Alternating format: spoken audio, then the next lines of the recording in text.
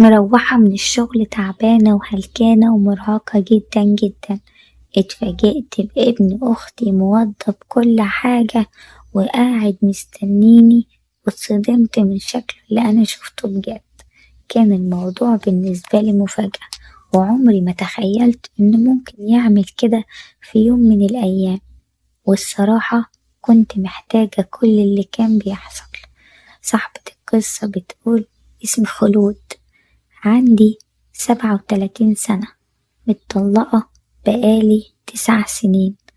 بسبب اللي حصل مع جوزي حسيت إن خلاص ما بقتش أحب أي حد اسمه راجل في الدنيا، وده بسبب اللي حصل مع جوزي. وخلاص اتقدم لي ناس كتير جدا لأني في الجمال جميلة، وأنا عارفة نفسي إن أنا جميلة جدا، وأي حاجة بلبسها بيبين جمالي. ده غير إن أنا كنت معروفة بالشعر الحريري الجميل والوش الجميل والجسم الجميل واللبس الشيك، غير إن أنا متعلمة علام عالي ومتوظفة وظيفة حلوة أوي، يعني عروسة كاملة من مجاميع. لكن اللي حصل معايا خلاني أصرف نظر عن الجواز للأبد، وكنت بحاول طول الوقت أعوض نفسي عن وجود الراجل معايا. أنا كانت أموري متيسرة جدا وما كانش ناقصني أي حاجة، ووظيفتي كانت بتدخلي دخل حلو جدا جدا، لدرجة إن أنا مش محتاجة حاجة من أي حد خالص. مفيش غير أنا وأختي الصغيرة، وأختي دي طبعا كانت طول الوقت مسؤولة مني لحد ما قدرت إن أنا أجوزها. كنت عايشة معاها بعد ما اتطلقت. أما أختي الكبيرة اللي بيني وبينها 10 سنين، فدي كانت بالنسبة لي مثل الأعلى، دايما في قوة تحمل، دايما بتجرأني، دايما بتخليني كده ان انا اعتمد على نفسي. هي السبب في الوظيفة اللي انا اتوظفتها ديت، لان كانت دايما بتخليني اتعلم وبتساعدني بتزقني لقدام. ولما كنت بقى في محنة او في حاجة وحشة كانت طول الوقت تقولي: لا، لازم تكملي، لازم تفوقي، لازم يبقى ليك شخصية، لازم يبقى ليك رأي. كانت هي السبب في حاجات كتير جدا. لما جه تقدم لي مصطفى، هي نصحتني وقالت لي: فكري كويس. كان جاي عن طريق واحد معرفة جارنا يعني، كان هو اللي جايبهولي. بس كنت وصلت في الوقت ده لسن يعني كان لازم اتجوز، خلاص ليا احتياجات كنت بحس ان انا عايزاها، وعايزة افرح زي اي بنت. هي اي بنت ايه طموحها وايه احلامها غير ان هي تلبس الفستان الابيض وتلبس الدهب ويجيلها الحاجات الحلوة ويبقى ليها المكان الخاص بيها، والإنسان اللي يهتم ويدللها. حاجات كتير جدا كان نفسي فيها زي أي بنت. ده غير إن أنا كنت بتخيل نفسي كده ليلة فرحي هيبقى شكلي إيه، هبقى حاسة بإيه، كل الحاجات دي. وصلت ل29 سنة، وبسبب إن أنا كنت بتعلم ما كنتش بقبل أي عريس. والصراحة محدش جه كده يعني دخل دماغي، ولا حسيت إن أنا معاه هكون مبسوطة، لحد ما جه مصطفى ده. مصطفى كان شيك جدا وكلامه ناعم ورقيق، من الآخر كده سحرني بكلامه، وحسيت إن أنا معجبة بيه وموافقة على الجواز وحابة إني أكون معاه. اتخطبنا الأول لمدة سنة ووضب الشقة، وفعلا اتجوزنا، بس الشقة دي كانت في بيت أهله. وطبعا كان مصمم إن العيشة هتبقى واحدة مع أخوه ومراته وأمه وأبوه، وكان عنده كمان أخت صغيرة لسه ما اتجوزتش.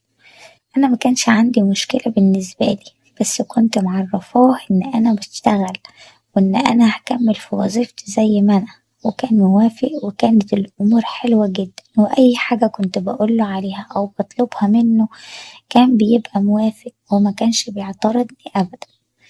بعدها اتجوزنا، ومن أول شهر بدأت حماتي مش مظبوطة، وتصرفاتها معايا مش أحسن حاجة، مع الرغم إن كنت بتودد لها وبعملها حلو عشان خاطر جوزي وحياتي. كنت بسايس عيشتي زي ما بيقولوا. طبعا ده كله كوم، وسلفتي اللي مش مريحة نفسها كوم تاني. كل ما تشوفني متشيكة وعاملة بقى واخدة بعضي ورايحة شغلي كانت تتجنن، أحس بنظراتها من فوق لتحت مش طبيعية، بالذات إن أنا كنت بلبس حاجات شيك جدا وكانت غالية، وطبعا ده بحكم وظيفتي ومكانتي. كنت بعمل كمان الميك اب الطبيعي، كانوا دايما يقعدوا يقولوا لجوزي مراتك لابسة لبس ضيق، مراتك عاملة ميك اب اوفر، مراتك حتى عطر جايب اخر الدنيا، مراتك مراتك مراتك في الطلعة والنزلة. اما جوزي بقى طريقته كلها متغيرة معايا، مبقاش احسن حاجة، وبدأ الخلاف يخش ما بينا، وبدأنا نختلف مع بعض في كل حاجة. وبعد شهرين بس لقيت نفسي حامل، وكانت دي بقى المفاجأة اللي بالنسبة لي. في الوقت ده طبعا ما كنتش متوقعة أبدا إن في عز الظروف اللي أنا مخنوقة فيها ديت، وإن لسه مش عارفة إذا كنت هكمل ولا مش هكمل إن يبقى في بيبي، ولكن قلت أكيد دي كده يعني إشارة إن أنا لازم أكمل، وإني أجي على نفسي شوية. بعد كده بقيت في أول شهر في الحمل بدأت أتكلم معاه وأقول له إحنا لازم نمشي من هنا ونشوف شقة بعيد عن المكان. رفض طبعا وقال لي انت اتجننتي، عايزاني اسيب بيت اهلي وامي وابويا واخواتي وامشي واروح فين؟ ده مكان اللي عشت واتربيت فيه ودولت اهلي وعزوتي، لا يمكن امشي من المكان ده ابدا. قلت له هنقفل الشقة وتقول لهم ان انت مسافر شغل واخدني معاك، وهنخرج من هنا بشنطة هدومنا عشان انا عايزة اكمل معاك واربي ابني. واتحايلت عليه كتير جدا، قلت له وظيفتي حلوة ومرتبها حلو، هنأجر شقة في أي مكان، أنا معايا فلوس هأجر شقة مفروشة، أو إن أنا حتى أجر شقة وأفرش فيها الالتزامات الخاصة وما تشغلش بالك، كل اللي مطلوب منك إنك تبلغهم بالموضوع وتخرج معايا بشنطة هدومك، أنا مش عايزة غيرك أنت وبس. لكن هو كان عنيد جدا ومسمعش كلامي.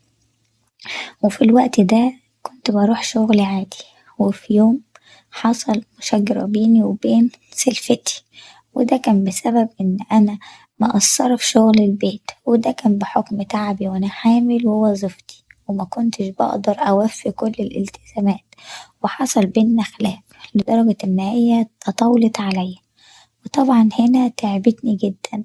ولما خبطتني وجه جوزي بلغته باللي حصل، كنت مستنية منه موقف شجاع، موقف يقول فيه إن اللي انت عملتيه ده غلط، ويحاسب أخوه وأمه وكل الناس اللي جم عليا وما عملوش حساب ليا ولا اللي في بطني.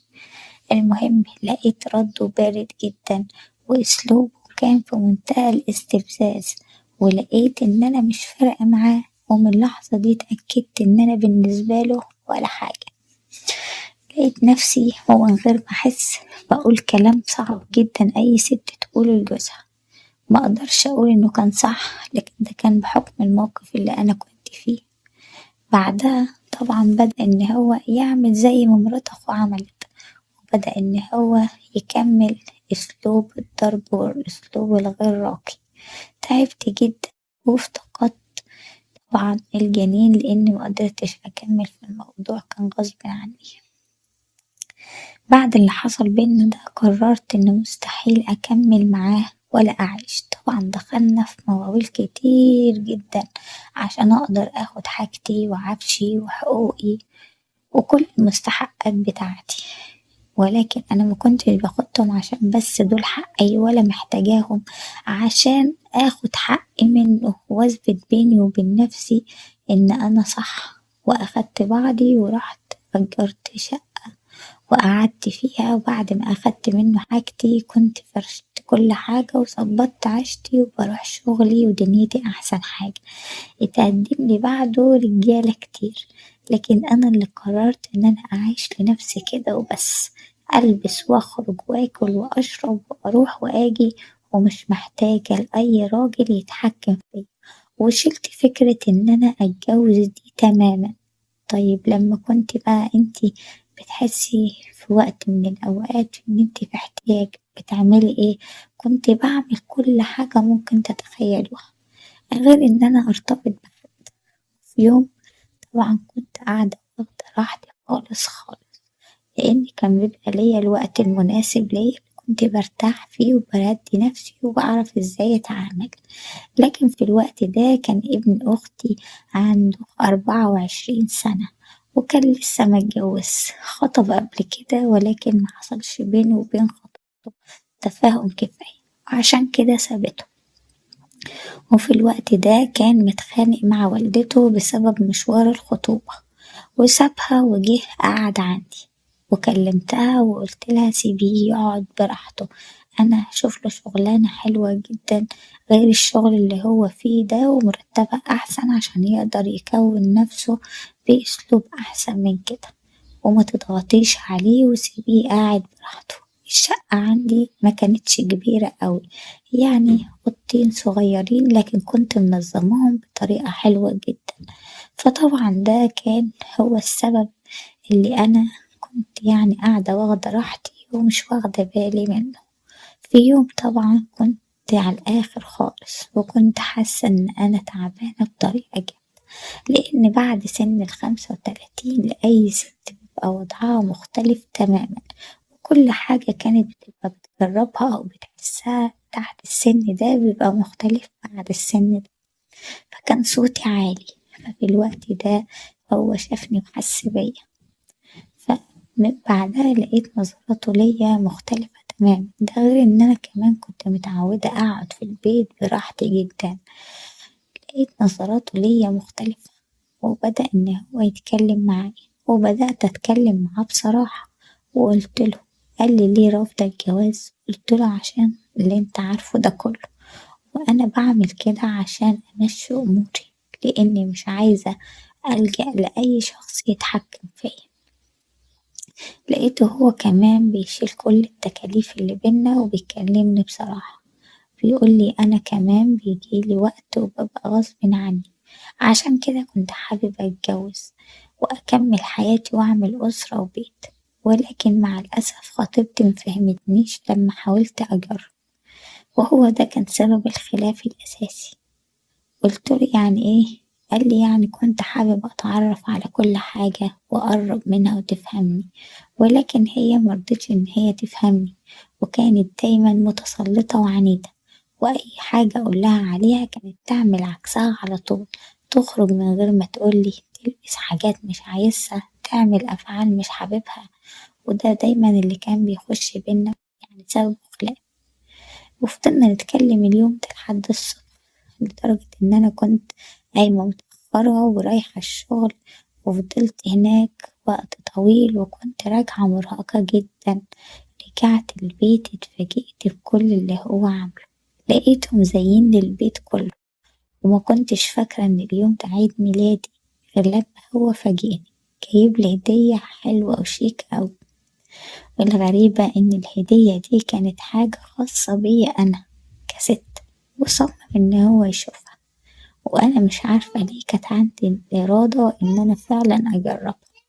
وبعد ما اتغدينا الغدا الحلو اللي هو كان مجهزه بدأت إن أنا أجربها، بس ساعة ما جربتها اتفاجئت بعد كده باللي حصل، مكنتش أتخيل إنه ممكن يحصل، لكن بحكم إن احنا سن واحد مش عارفة ليه كنت واخدة الأمور بأبسط من كده، ومن ساعتها والموضوع مش عارفة ليه بقى عادي، بس في نفس الوقت بقى بيضايقني. لقيت نفسي بقوله خد بعضك وامشي روح من هنا عشان اللي حصل ده ما ينفعش يتكرر تاني. وفعلا قال لي حاضر وأخد بعضه وهدومه وروح، ومن ساعتها وأنا عايشة على اللحظات دي من كتر ما هي كانت جميلة ومفاجأة بالنسبة لي، وكانت ليلة من كل الليالي. المشكلة إن هو قدر ازاي يخليني مكتفية ومبسوطة. الموضوع ما كانش مرة وعادي، الليلة دي كان فيها كتير جدا وحاجات كتير جدا مهما أقولها وأوصفها مش هتوصل لحد غير لو يكون مجرب تجربتي. من بعدها بدأت أفكر تاني، يا ترى اللي أنا بعمله ده صح؟ يعني إن أنا أكتفي بحياتي كده بعد تجربتي الأولى وإن أنا متجوزش، يا ترى ده صح ولا غلط؟ طب يا ترى لما أكبر كده ويبقى عندي 50 سنة ولا 60 سنة وأنا ما جبتش أولاد. الموضوع ده فعلا صح ولا أنا مخطئة؟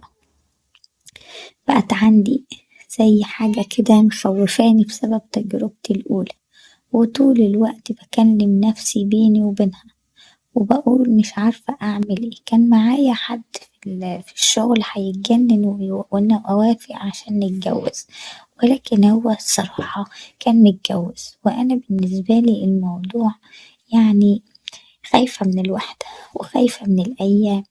هتقوليلي انت مصعبة الدنيا ليه، ما تتجوزي وتعيشي حياتك. هقولكوا الموضوع مش بالسهولة ديت، مع رغم كل اللي حصل لي مع الشخص الأولاني ده حسيت إن أنا مش عايزة أعيد التجربة، لأن التجربة التانية لو طلعت شبه الأولى حتى الموضوع بالنسبة لي ممكن يدخلني في حالة مش أحسن حاجة. ولكن قعدت وفكرت كتير جدا بيني وبين نفسي، لقيت نفسي بقول أنا مش محتاجة غير طفل يكمل معايا حياتي، عشان ما ينفعش أبقى لوحدي.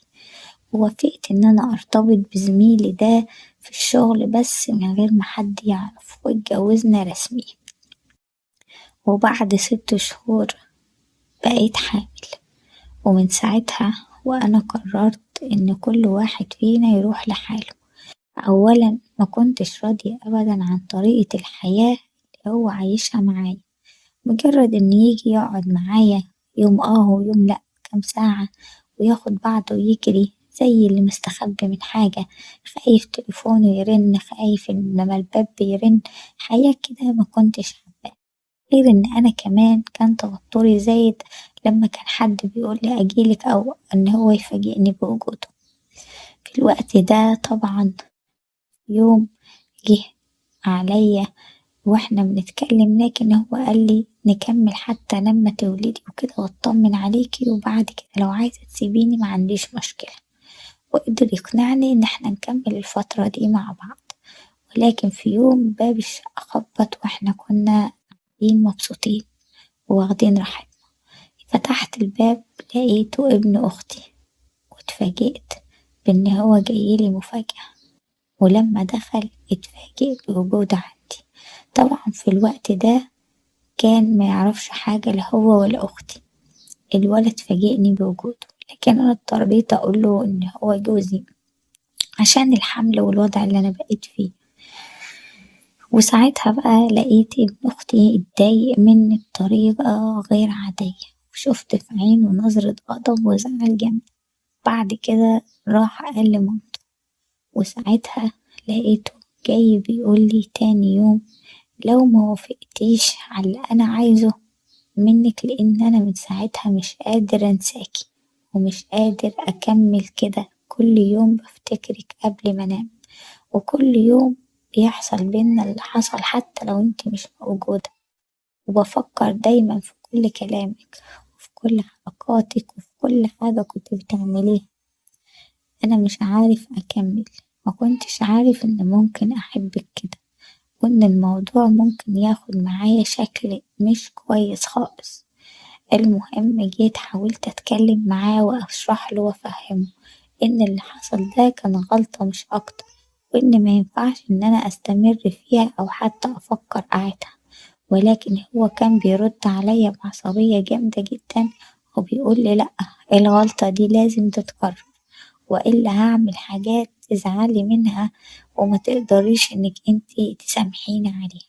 مش عارفة ليه كان كلامه بيخوفني منه جدا، وحاولت إن أنا أهديه وأصبره وعملت نفسي بشبه إن أنا موافقة، لكن الصراحة أنا عمري ما هوافق إن الغلطة دي تتكرر تاني أبدا.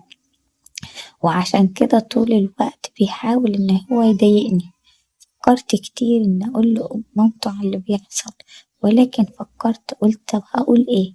هقول لها إن أنا عملت شيء غلط، فالغلط دلوقتي مش عارفة أعمل فيه إيه، الولد مش سايبني في حالي وطول الوقت موجود في حياتي بيضايقني.